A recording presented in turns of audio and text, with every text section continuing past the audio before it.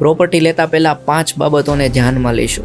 જો લેશો તો મને યાદ કરશો. એમાં તો પહેલું છે લોકેશન, કે તમે જે લોકેશનમાં પ્રોપર્ટી લઈ રહ્યા છો ત્યાં રોડ કનેક્ટિવિટી કેવી છે, ત્યાંથી મેટ્રો સ્ટેશન કેટલું દૂર છે, અને ખાસ એ કે ફ્યુચરમાં એ એરિયામાં શું શું ગ્રોથ થવાનો છે.